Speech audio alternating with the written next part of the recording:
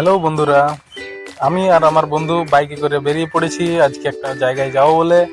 তো কোথায় যাই সেটা দেখার জন্য পুরো ভিডিওটা দেখতে থাকো। প্রাকৃতিক পরিবেশটা দেখো, পাহাড় আর সবুজ গাছপালা, কি সুন্দর লাগছে।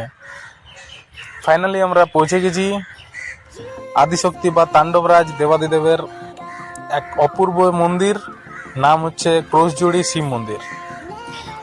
পুরুলিয়া জেলার সর্ববৃহৎ শিবলিঙ্গ এই মন্দিরে রয়েছে। ঐতিহাসিক দিলীপ গোস্বামীর মতে 1 ক্রোশ জুড়ে এই পুরো ক্ষেত্রটা বিস্তৃত, তাই এর নাম হয়েছে ক্রোশজুড়ি। 1971 সালে এই মন্দির স্টেট প্রোটেক্টেড মনুমেন্ট হিসাবে রাজ্য প্রত্নতত্ত্ব বিভাগের স্বীকৃতি পায়। এই মন্দিরে রয়েছে বামাকালী ও নটরাজ কালভৈরব মন্দির। তো মন্দিরটা খুবই ভালো লাগলো। তোমরা চাইলে